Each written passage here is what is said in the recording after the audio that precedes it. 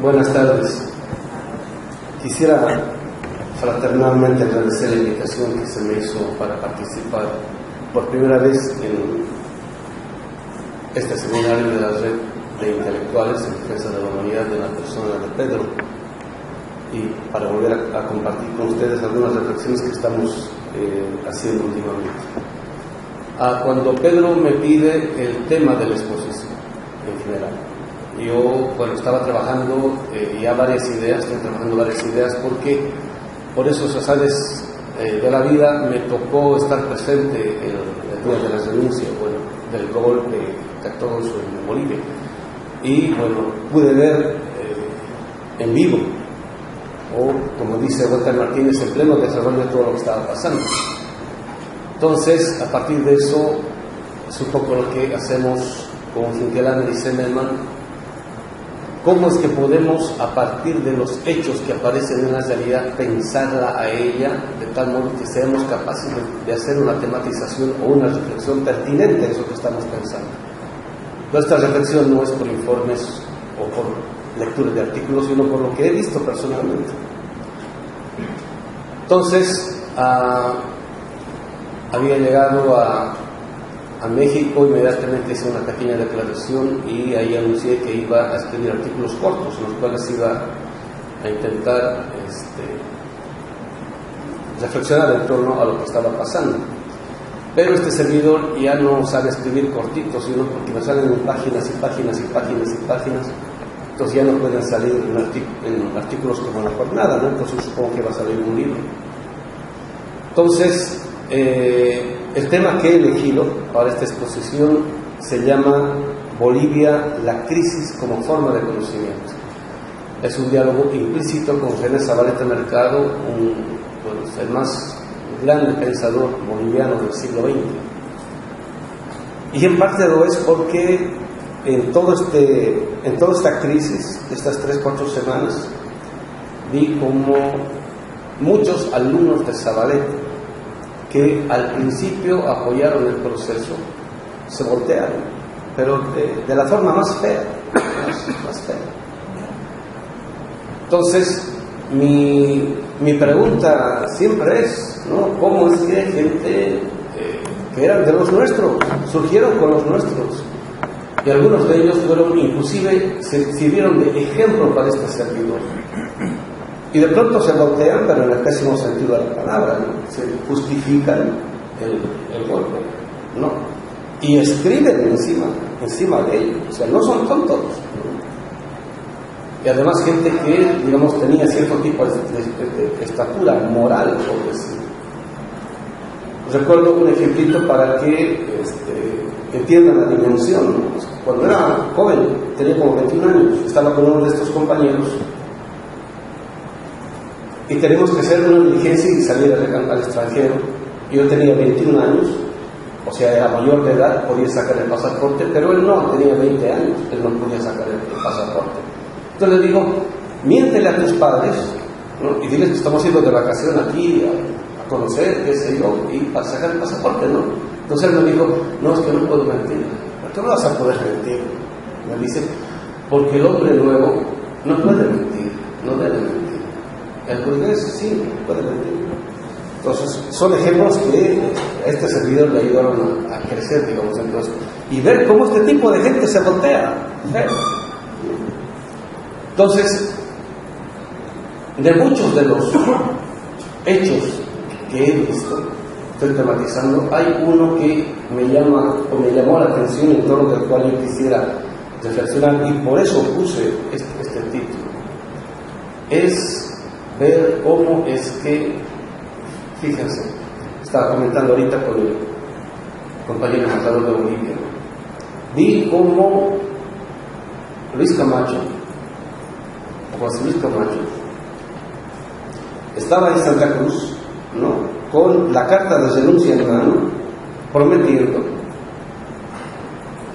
entre comillas, al pueblo cruceño ir a Bolivia a entregar personalmente la carta de renuncia. Entonces, en ese momento lo está haciendo delante del Cristo Redentor, ¿no? Entonces, está ahí el Cristo Redentor. Y delante de Cristo Redentor hace esa promesa. Yo voy a ir a entregar la carta de denuncia, etcétera, etcétera. Invocan a Dios, y ahí en este caso al Cristo Redentor. Entonces yo veía como, bueno, la Biblia, que esta gente no conoce porque si conocieran, supieran de que es idolatría, hacer ídolos, ¿no? O sea, la Tanakh, la Torah y el Brit Hadashah, ese es su nombre original, pero como no conocen la Biblia, ni siquiera saben su nombre original. Prohíbe la adoración de cualquier tipo de ídolo. Entonces estaba adorando al ídolo, estaba implorando al ídolo, ¿no? Para que le acompañen en esta sumisión. Entonces vi cómo descendió el espíritu de confusión, y con eso el tipo va a la paz, ¿no? Y de pronto propios extraños se empiezan a confundir, y como nunca había visto en Bolivia, empieza a salir a la calle cualquier cantidad de gente de las ciudades, de clase media para arriba, inclusive clase media un poco empobrecida. Empiezan a salir a las calles, ¿no? Para pedir otras elecciones, para denunciar el fraude electoral y en última instancia para que se denuncie el euro. Empiezan a salir, pero impresionante, y empiezan a salir en masas y con las consignas que al pueblo tanto le costó producir. El pueblo unido jamás será, y así. Si este no es el pueblo y así sucesivamente. Y empieza a impactar tanto eso, porque era impresionante. En la ciudad de La Paz, en la ciudad de Cochabamba y en la ciudad de Santa Cruz, la cantidad de gente que hasta la COP, la Central Obrera Boliviana, se pone a hacer una declaración y le dicen al Evo: mira, Evo, está el pueblo aquí, y tú has dicho que ibas a escuchar al pueblo, te está pidiendo que renuncie, pues renuncia. Espíritu de la confusión. Inmediatamente después, la policía: le sugerimos al compañero Evo que renuncie. Inmediatamente después, el ejército: no, le sugerimos al compañero que ya. ¿No? Entonces, mi pregunta es: ¿cómo ha llegado a suceder esto? ¿Cómo es que, yo siempre digo, del lado de la derecha hay un 30% de la masa electoral dura, del lado de el Evo, por decir, el marxismo o la izquierda, es mínimo un 35% duro, es un voto duro, digamos 40%, ¿no?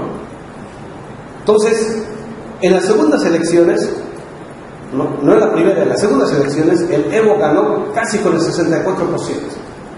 ¿Qué quiere decir eso? De que el electorado intermedio, que es el de las clases medias, ¿no?, interpeló política e ideológicamente mínimamente a un 20%, y por eso logró más del 60%. Y el Evo todavía no ha hecho ningún tipo de obras. Lo único que había logrado, bueno, era la constituyente, ¿no?, e impedir la balcanización de Bolivia. ¿Listo? Pero en esta última gestión, este servidor ha vivido Bolivia antes del Evo, ¿no? Y he visto cómo todas las oligarquías subdesarrollaron sistemáticamente el país, de tal modo que el país no tenía infraestructura, no se podía, daba pena ajena nuestras carreteras, nuestros puentes, nuestros aeropuertos, daba pena ajena. Este servidor viajando, siempre comparando. Y de pronto el Evo, desde el año pasado, empieza a entregar mega obras, o sea, no obritas, mega obras. Y en este año, ni qué decir. Desde abril de este año hasta semanas antes, días antes, empezaron mega obras. Yo veía todo eso todos los días. Yo decía, después de esto, no, va a ser mínimo el 60%. Si logramos el 70%, nada es nada. Y de pronto, el 20 de octubre, yo estaba acá.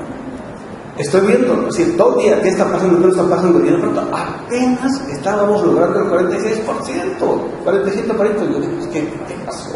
¿Qué pasó? Quiere decir que gran parte de esta clase media se volteó.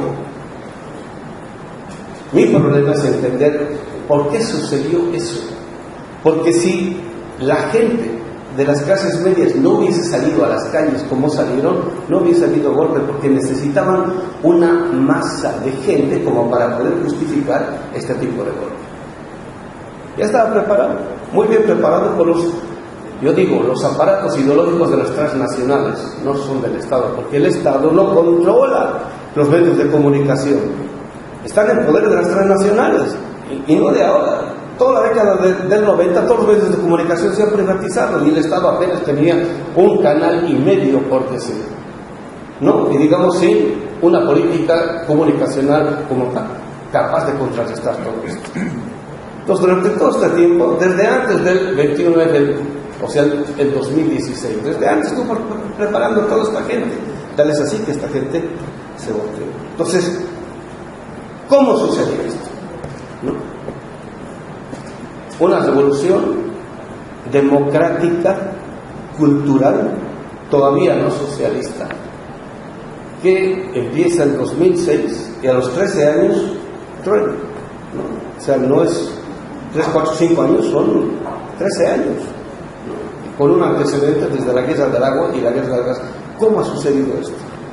René Zabaleta Mercado dice de que hay países en nuestra América en lo que nos pasa a todos sucede del modo más claro y evidente en algunos lugares, y uno de esos lugares es Bolivia. Entonces él decía, no es que en Bolivia haya política o suceda política, él decía, Bolivia es la política, y por ello es que en Bolivia se concentran un montón de contradicciones que nos suceden a todos. Entonces, como decimos en la reflexión en perspectiva decolonial, partir en el ámbito de la reflexión siempre de un locus de enunciación. Este locus de enunciación es este fenómeno que acaba de suceder, ¿no? Toda la pregunta que me está guiando en esto, he estado ensayando todos estos días varias formas de exposición, y ahorita inclusive estuve volviendo a modificar la forma de exposición. Espero tener éxito. ¿Para qué se implementó el modelo neoliberal? Ustedes saben, empieza en Chile, pero en el caso de Bolivia, ¿cuál era el objetivo? Básicamente habían 3, pero empieza con uno que le sigue el otro. El primero es, hay que hacer desaparecer a la clase obrera, ¿no? Porque la clase obrera impide el desarrollo normal de usufructo del capital. Entonces en Bolivia la clase obrera, en torno a la Central Obrera Boliviana de los Mineros, está muy bien articulada. Entonces hay que hacer desaparecer a la clase obrera. Una forma de hacer desaparecer a la clase obrera es privatizar todas las empresas, especialmente las estatales. Y en Bolivia la clase obrera giraba en torno de la minería, la gran empresa estatal. Entonces, cerrando las minas estatales, desaparece la clase obrera, ¿no?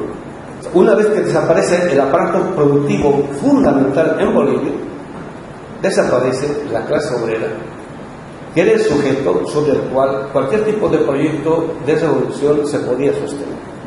Desaparece. Como las relaciones son dialécticas, ¿no? Entonces, el problema era, bueno, ahora, ¿qué pasa con la burguesía?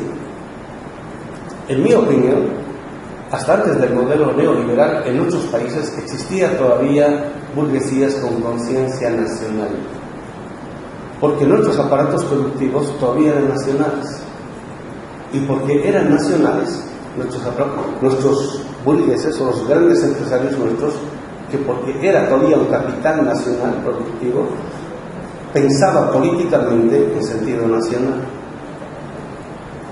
Durante el modelo neoliberal, ¿no?, se empiezan a privatizar no solamente las empresas estatales, sino se empiezan a transnacionalizar todas las empresas, ¿no? Entonces, se empieza a perder las burguesías nacionales como nacionales, porque empiezan a convertirse en meras sucursales o agencias del gran capital transnacional. Entonces pierden la capacidad de poder dirigir y o decidir las políticas nacionales, porque ya no controlan el aparato productivo, ya no controlan los negocios. ¿Quién empieza a controlar ahora? Son las transnacionales. Entonces empiezan ahora a dirigir o producir o implementar las políticas nacionales, las transnacionales, en este caso el imperio. Entonces nuestras burguesías nacionales pierden la capacidad de politicidad. Y entonces aparece un fenómeno, el fenómeno de la pérdida de la conciencia nacional popular. ¿No? Entonces empezamos a dejar de tener conciencia nacional popular. Al principio, antes del modelo neoliberal, el problema de la conciencia nacional era una disputa entre la burguesía y el proletariado. La conciencia nacional en sentido tradicional en poder de la burguesía y la conciencia nacional en sentido popular en poder de la clase obrera. Entonces, con el modelo neoliberal se vacía de contenido a la conciencia nacional. Y ahora nos transnacionalizamos todos. ¿No? Nuestra burguesía no tiene conciencia nacional, peor popular, ¿no? Y al desaparecer el sujeto de la revolución, en este caso la clase obrera, empieza a aparecer el pueblo, ¿no? Marx tiene dos categorías para poder distinguir bien este tipo de fenómeno. Él, en la década del 60, ya muestra cómo es que en Inglaterra aparece el pueblo con conciencia social, o sea, burguesa. Es un proletariado que quiere vivir, que toma como modelo de vida a la vida del burgués. Pero a su vez muestra cómo existe un remanente, ¿no?, del pueblo que no ha perdido su conciencia popular, ¿no? Y lo dice, es el pueblo con conciencia todavía comunitaria. Entonces en Bolivia, el proletariado, antes de ser proletariado, es pueblo de origen comunitario o campesino, y después de que es proletariado, ¿no?, vuelve a su condición de pueblo. O sea, el obrero, el proletario, antes de ser obrero es pueblo, y después de ser obrero es pueblo. Entonces aparece ahora el pueblo, ¿no?, pero representado con una burguesía que no tiene conciencia nacional, ¿no?, cuyas políticas son dirigidas desde el interior directamente. Esto lo vimos por primera vez entre el 2008 y 2009, cuando se quiere balcanizar Bolivia, ¿no? Nuestras burguesías no son tan inteligentes como parecen, ¿no es cierto? Además, y han perdido, digamos, contextos de salida, porque están pensando más en el mercado mundial que en los mercados nacionales. Entonces, ahí se veía bien, del modo más claro posible, cómo es que sabían exactamente, en este caso las burguesías, qué hacer, cuándo hacer, cómo hacer, y encima de eso tenían el financiamiento. Y cuando el Evo lo echa al embajador Philip Goldberg, que experto en balcanizaciones, había estado presente en la balcanización de Yugoslavia, entonces lo llevan a él, hasta Philip Goldberg, a Bolivia. Entonces él monitoreaba, es decir, hay que hacer esto, hay que hacer lo otro, y aquí está el dinero. Y en el momento en el cual el Evo lo echa al embajador, la derecha, ¡pum!, se disuelve. Ya no hay, digamos, quien pueda dirigir, quien pueda monitorear, por decir, esta política. Entonces el Evo puede empezar a desarrollar su tipo de política.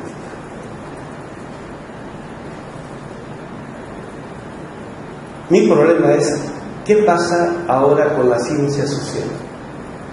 ¿No? Ya sabemos lo que pasa con el proletariado y ahora el pueblo, y luego con la burguesía, ¿no? Es un fenómeno que se dio toda la década del 90, ¿no? Y no fue solamente en Bolivia, fue en muchos lugares, con muchos seminarios de actualización a los cuales decían modernización. Estas políticas de gobernabilidad, institucionalidad, etcétera, etcétera, neoliberalizan a toda la ciencia social, ¿no? Y el lugar ideal en el cual pueden desarrollar todo este tipo de formación, por decir, teórico-ideológica, son las ONGs, ¿no? Porque las ONGs desde el principio, ¿no?, tienen muy bien diseñado un protocolo, no solamente de investigación, sino de implementación de políticas. Y es popperiano, ¿no? Y viene con el título de ciencia, ¿no? Y evidentemente es científico, es un tipo de ciencia. Con Chile ya se sabía cuál era el sentido de esta concepción de ciencia. Antes de la Segunda Guerra Mundial, cuando hacemos historia de la ciencia social, ya sabemos, hay una disputa político-teórica para definir qué es ciencia. Especialmente antes de la década de 30 hay cualquier cantidad de concepciones relativas a lo que es o debiera ser ciencia. Se habla inclusive de la ciencia alemana, de la ciencia inglesa, de la ciencia francesa, de la ciencia obrera, de la ciencia burguesa, hasta de la ciencia judía. No está definido, es un campo de lucha política. Después de la Segunda Guerra Mundial, Popper se impone. ¿Por qué? Porque es el modelo de ciencia pertinente para el proyecto del nuevo imperio. Y se impone. ¿Cómo es que se impone? El imperio sabe muy bien que es aquello que se juega no solamente en el ámbito de la política, sino en el ámbito de la teoría. Aquí tengo una declaración del secretario de Estado Robert Lance, secretario de Estado de Woodrow Wilson en la década del 20, y esta declaración es de 1924. Se refiere a México, pero es válido para toda América Latina y tal vez para todo el mundo. Dice: México es un país extraordinariamente fácil de dominar, porque basta con controlar un solo hombre, el presidente. Tenemos que abandonar la idea de poner en la presidencia a un ciudadano americano, ya que esto llevaría otra vez a la guerra. Ya habían perdido la guerra con México una vez, y después de que se tragaron cualquier cantidad de territorio, que querían invadir todo México, pero al final se dieron cuenta que eso era inviable, ¿no? Entonces están cambiando de política. Dice: la solución necesita más tiempo. La derecha tiene paciencia, tiene proyectos a mediano, corto y largo alcance. Y este es un proyecto a largo alcance.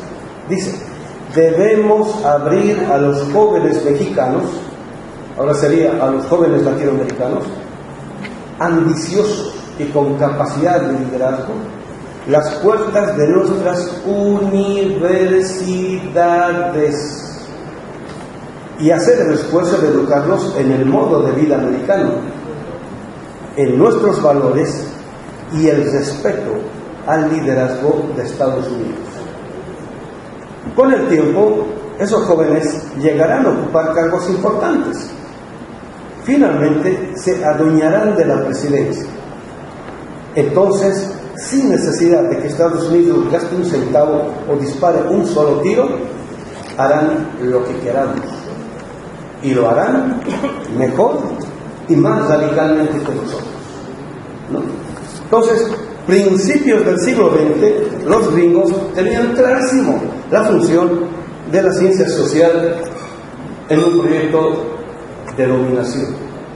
Y lo desarrollan, en este caso, en el ámbito de la democracia, ¿no? No solamente habían producido una práctica de un tipo de democracia, ¿no?, sino que estaban empezando a formular la teoría pertinente a este tipo de democracia, y que tiene que ver con un tema que Marx lo toca, empieza a tocar a los Grundis, pero lo desarrolla muy bien en El Capital: la contradicción entre estado aparente y estado real, ¿no? Entonces dice Marx en El Capital, pero donde está clarísimo, muy bien ilustrado, son los Grundis. Él dice: en la modernidad, el Estado moderno es un Estado aparente. ¿Por qué? Porque el poder real lo tiene el mercado.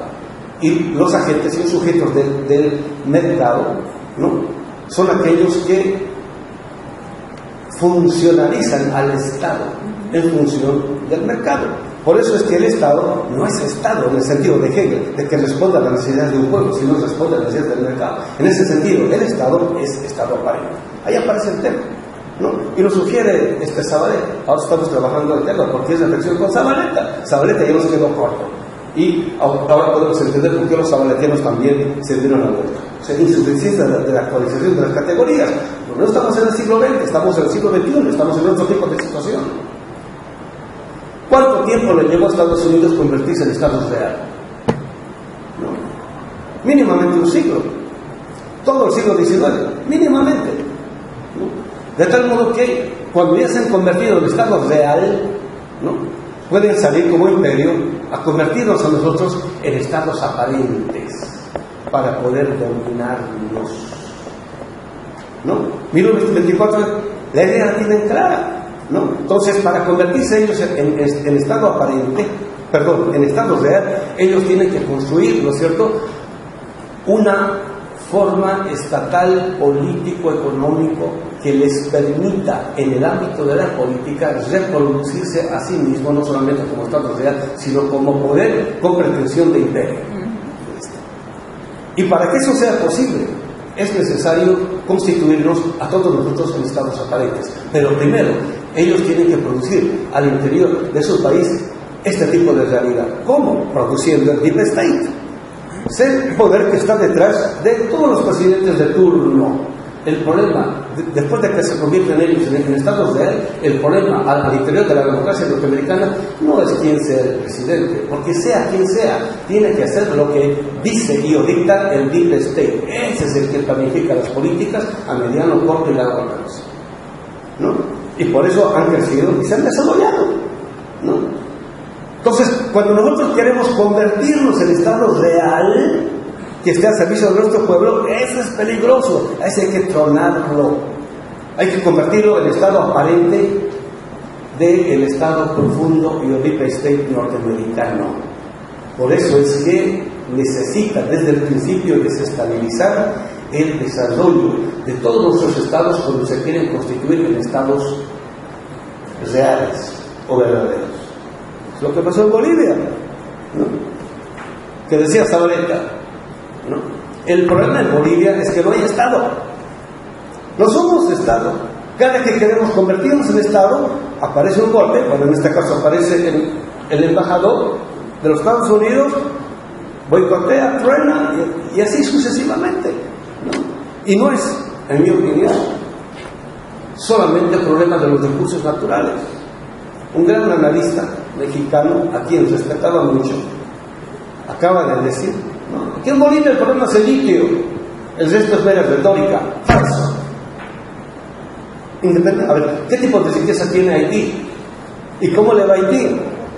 El problema es que no puede haber un solo Estado real en América Latina. Y si nos convierten en Estados fallidos, mejor todavía. Entonces nos pueden robar, o sea, pueden desarrollar un latrocinio más allá de sus consecuencias. Pero para ello necesitan el consentimiento nuestro. En todos nuestros procesos, fallidos o fracasados, siempre ha habido complicidad, siempre han habido traidores que surgen de entre nosotros, siempre, ¿no? Y no nos damos cuenta, ¿no? Yo siempre digo, ¿no?, de los 12 discípulos del que dicen que es Jesucristo, se llama Yehoshua ben Yosef HaMashiach. Si los cristianos conociesen ese libro, supieran su nombre verdadero, pero como no conocen su nombre verdadero, le nombran por el nombre del fetiche. Entonces, bueno, Jesucristo. ¿Quién nombró como discípulo a Judas? El Mesías. Nadie le ha impuesto a él, ¿no? Él dice que era Dios. Tuvo que ver con él. Él mismo lo nombró. Si hubiese sabido que desde el principio le iba a traicionar, pues no lo hubiese nombrado, ¿no? Pero en los procesos es cuando se ve dónde está la paja, ¿no?, y dónde está el trigo. En el proceso. No es en ese momento, no es a priori, es durante el proceso y a posteriori. Entonces, ¿qué pasó con la ciencia social? ¿No? De tal modo de que, en parte, no hayamos sido capaces de diagnosticar lo que iba a pasar. Eso es un problema. Se puede solucionar con una mejor tematización. El problema es qué ha pasado con Toda esa gente que supuestamente tenía conciencia popular, revolucionaria, de izquierda, marxistas, socialistas, trotskistas, comunistas, y que a la mera hora se han volteado del modo más vergonzante posible, al desaparecer el sujeto clásico de la revolución. El sujeto clásico de la revolución es la clase obrera, pero los tiempos han cambiado. Ya no es el sujeto clásico de la revolución, ahora aparece el pueblo, ¿no? Y hay que distinguir, porque en el proceso se da la escisión entre el pueblo con conciencia burguesa, el pueblo con conciencia moderna, el pueblo con conciencia social. Más lo dice clarito en Grundrich. El pueblo que tiene conciencia social tiene conciencia burguesa, o sea, moderna, porque la modernidad es el proyecto cultural de la burguesía, y lo hace para encubrir su dimensión burguesa. Aparece como moderno. ¿Qué pasa con la ciencia social? Se modernizan, se transnacionalizan, pierden el carácter de conciencia nacional popular, ¿no?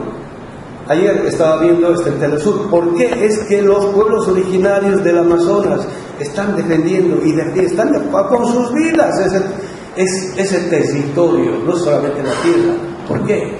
Porque para la idea de humanidad que han desarrollado nuestros pueblos, la tierra es fundamental, el lugar, el territorio, el locus de enunciación, lo telúrico es parte constitutiva de la subjetividad. Y en la ciudad, nuestros intelectuales pierden eso. Por eso cantan románticamente: no soy de aquí, ni soy de allá. No tiene locus de enunciación, se ha modernizado. Se ha modernizado. ¿Qué quiere decir que se ha modernizado? Han perdido contenido.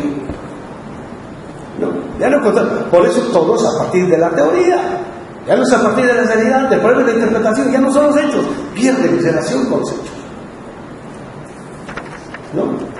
Entonces se pierde relación con ahora el nuevo sujeto de la revolución es el pueblo. Entonces en Bolivia se ve eso clarísimo, el pueblo con conciencia social apoyando a la dictadura y toditos, ¿no? Era impresionante, a veces indignante, a veces daba risa, qué sé yo. Compañeros del MAS: ¿qué tal? ¿Cómo estás? Bien, bien. Y tus hijos no son grandes, están estudiando en la universidad, ¿no? Ah, sí, qué bien. ¿Así? ¿Dónde? En los Estados Unidos. Qué bien, ¿no? ¿No? ¿Y qué? Teniendo este tipo de formación, de tal modo que vuelven y aplican, porque supuestamente es universal, o sea, supuestamente esa teoría es válida para todos. ¡Falso! ¿No? Entonces, nuestra intelectualidad cayó en el relato de la modernidad. ¿Cuánto tiempo hay? Le estoy dando los 5 que ahorró Luis. Sí. Le quedan 5 más. Entonces, cuando cae en el relato de la modernidad, pierde el lugar y el locus de enunciación. Decía Pablo Guadarrama ayer: a toda revolución le es necesaria una teoría revolucionaria. Eso es cierto, ha sido cierto, es cierto, sigue siendo cierto. Desde el principio del proceso de Bolivia insistíamos en eso: necesitamos una teoría que acompañe este proceso revolucionario, ¿no? Porque la teoría revolucionaria del siglo XX ya no nos sirve. No es que sea falsa, no. El problema es que estamos en otro tipo de situación histórica, en otro tipo de situación cultural, en otro tipo de realidad. La historia no ha pasado por casualidad. Entonces necesitamos una reflexión que acompañe ese tipo de proceso. Entonces nos metemos a fondo para ver qué significa eso de producir teoría. Y en general, cuando los investigadores se dan cuenta de que el problema es producir un nuevo conocimiento, parten por un lado y caen por otro lado en la concepción que de ciencia ha producido la modernidad, que es descripción sistemática de fenómenos. Y listo. Caen en el análisis, ¿no? La teoría de ciencia que ha producido Popper es ideal para eso. ¿Necesitamos descripción de fenómenos? Sí. ¿Hay que conocerlos? Sí. Pero eso es hacer ciencia, en este caso, eso es hacer teoría revolucionaria. Por eso volvimos sistemáticamente al problema del método, en este caso dialéctico. ¿Qué significa producir una teoría revolucionaria? No solamente que acompañe un proceso como este, sino que nos ayude a ir más allá de una coyuntura como esta, ¿no? Entonces, la ciencia moderna, o sea, burguesa, se ha desarrollado en la perspectiva de una sistematización de la descripción de fenómenos. Está bien, que dice Marx, la economía política burguesa lo hace eso muy bien, pero hay que ir más allá del aparecer de los meros entes, de los meros hechos, para ver qué es aquello que está presupuesto, ¿no? En el caso de la sistematización de los análisis, todavía no se ha producido una teoría. Cuando decimos una teoría, no es un librito, ¿no? No he leído todavía el libro del compañero Katz, pero lo que sugiere la teoría de dependencia, y esto tiene que ver en general con la historia de la ciencia, es que, ¿no?, hablamos de una teoría, no cuando hablamos de un autor, o de un librito, o de un pensador, sino cuando hablamos de una corriente de pensadores que piensan un problema y producen un marco teórico o categorial que ayude a entender ese tipo de problema, ¿no? Y eso se logra cuando se es capaz de ir más allá del mero aparecer de los entes. Por eso Marx hace la transición del ámbito del aparecer de los entes al ámbito de las esencias, que es aquello que está presupuesto, es el pasaje del análisis a la reflexión. Ahí es donde recién podemos empezar a hablar de lo que podría significar una teoría revolucionaria. Por eso empieza a conciencia a la historia, que es aquello que está presupuesto en todo esto. Pero Marx no se queda ahí, llega al problema, siempre decimos, uno de los problemas que Marx, o que en la obra de Marx es central y que menos se ha trabajado, es el problema de la teoría del fetichismo. No se lo han desarrollado.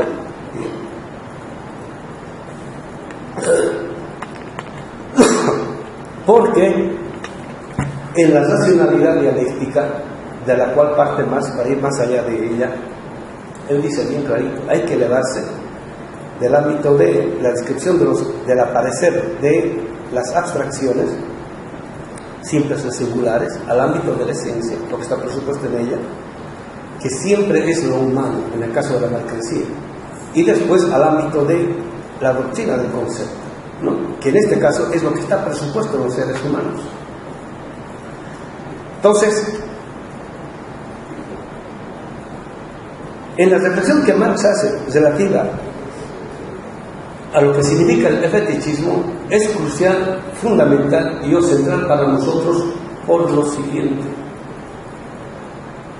Después de hacer toda esa reflexión del modo de elevarse de la mercancía al ámbito de su concepto, cuando llega el problema del fetichismo, él llega al problema de los modelos ideales,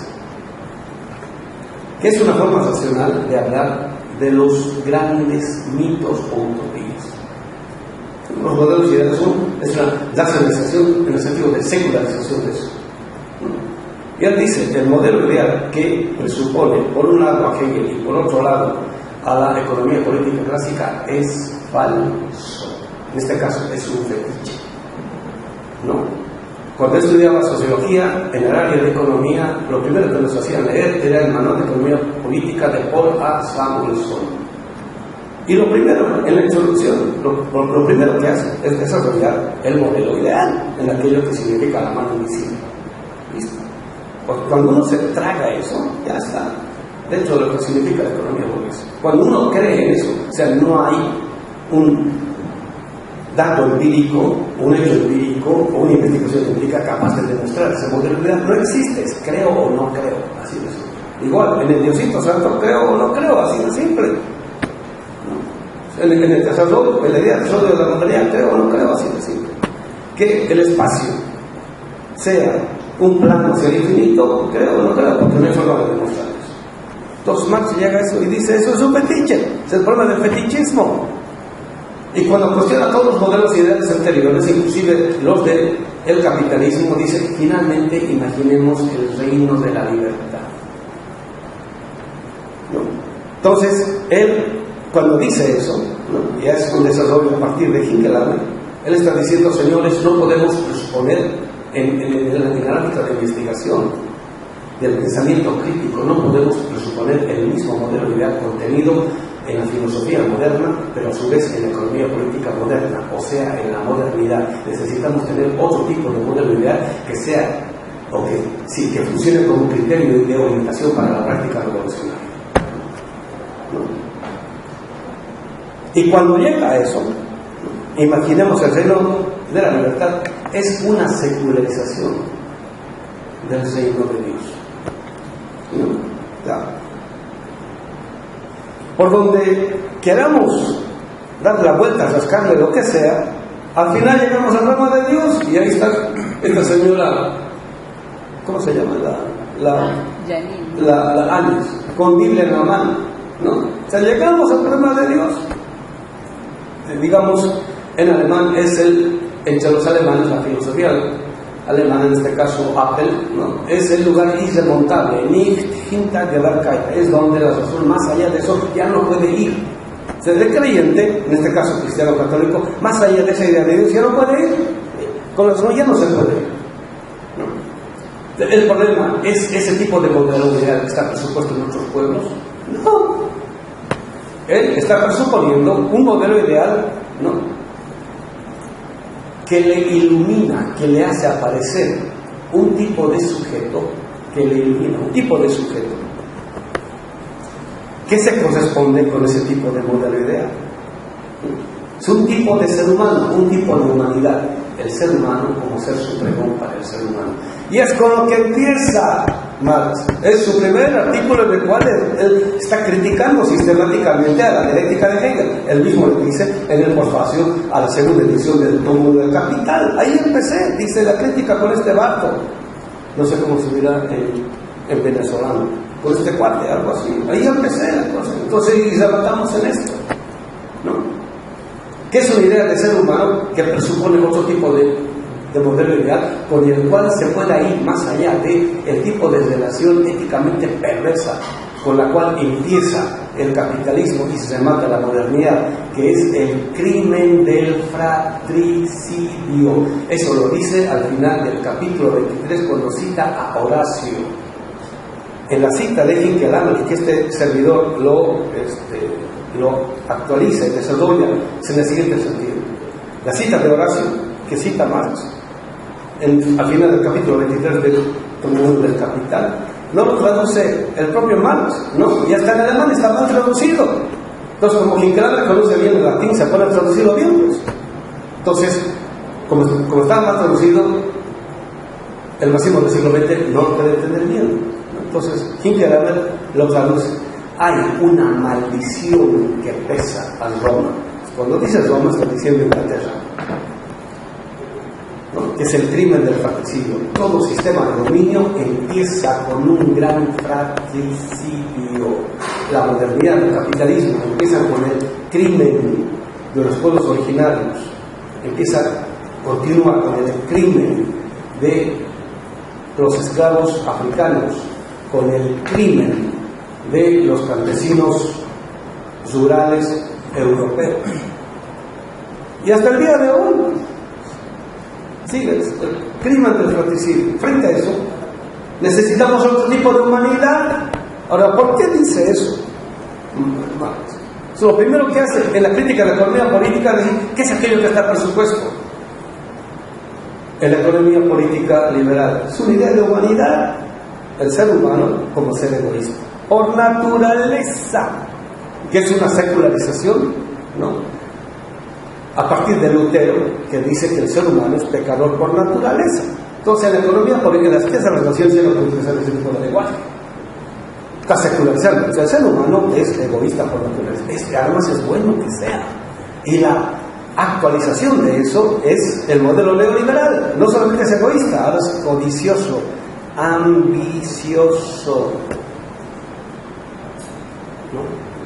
Y es bueno. para que haya capital, para que haya más ganancia, para que haya desarrollo de industria, el comercio. Es bueno que el ser humano no se conforme con lo que tiene. Por naturaleza es ambicioso, es egoísta. Y es el contexto en el cual hace aparecer el mundo de la posverdad, en la cual ya no hay verdad, no existe la verdad. ¿Por qué? El ser humano es mentiroso por naturaleza. Frente a eso, ¿con qué nos encontramos? Que en última instancia la disputa no es capitalismo o socialismo, es entre dos tipos o ideas de humanidad. Hace un mes más o menos, cuando me invitaron acá para la escuela de colonial, este servidor decía, cuando hablan de por qué es que Estados Unidos quiere invadir Venezuela, la riqueza petrolera, la franja del Orinoco, todo eso. Entonces, así mi pregunta es la única riqueza que existe en nuestro país? ¿Acaso su pueblo no es también un tipo de riqueza? Y anoche estaba escuchando hablar a Chávez. Chávez sabía que en el venezolano hay un tipo de riqueza humana, hay una humanidad rica en valores humanos, ¿no?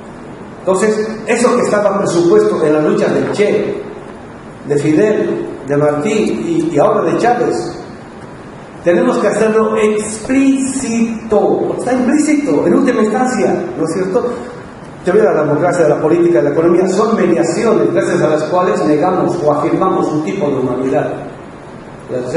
Esta red tiene que tomar conciencia del tipo de humanidad de la cual somos portadores para ver en qué medida enfrentamos al tipo de humanidad que encarna el imperio. No solamente son ladrones, son asesinos, son mentirosos, etcétera, etcétera, misóginos, filicidas, matricidas, etcétera, etcétera.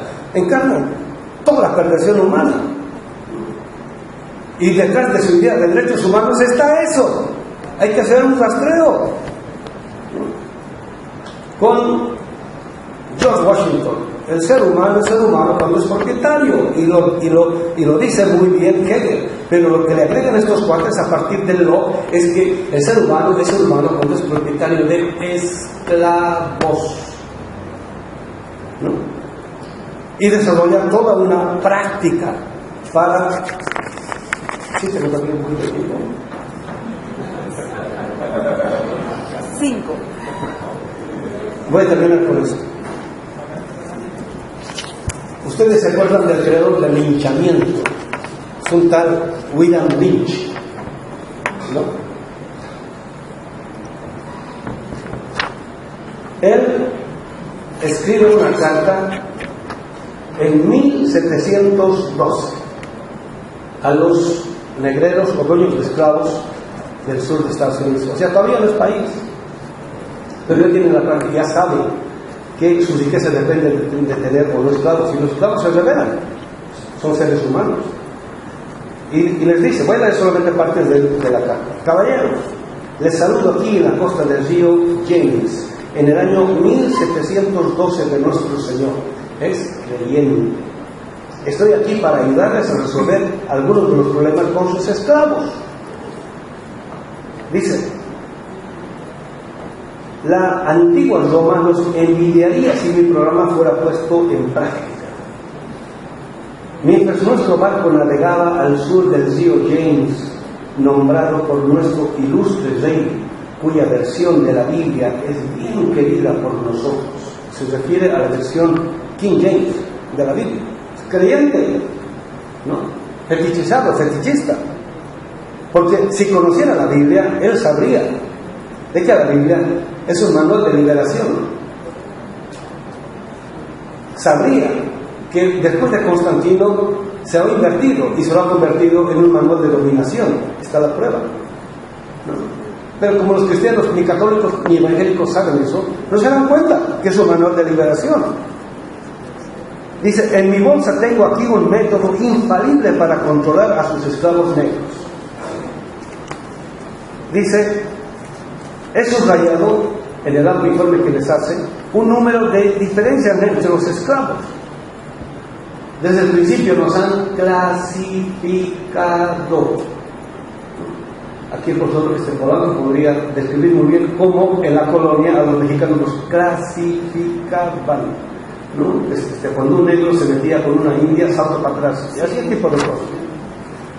Dice, yo tomo estas diferencias y las hago más grandes. Utilizo el miedo, la desconfianza y la envidia como método de control.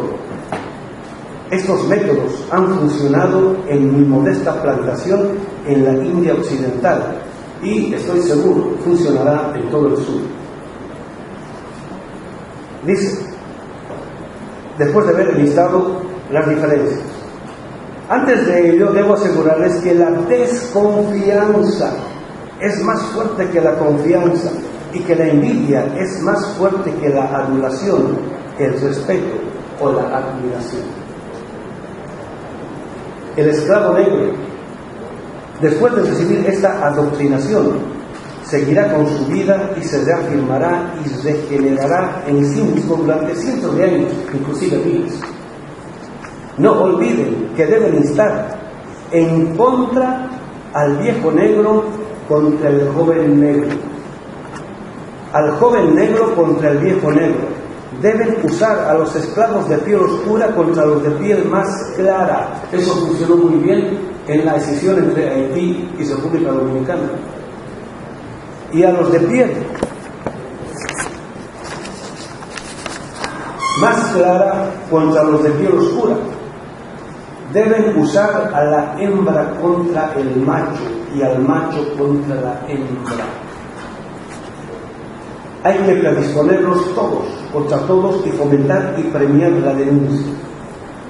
También sus sirvientes blancos y capataces deben desconfiar de todos los negros, pero es necesario que sus esclavos confíen y dependan solamente de ustedes.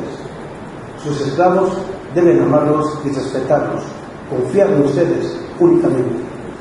Ejemplo actual de todo esto son nuestras burguesías, son nuestros guaidonados o guaidonodos, ¿no? ¿Por qué han hecho todo esto? Fíjense, compañero hermano de Henry Kissinger, Zbigniew Brzezinski.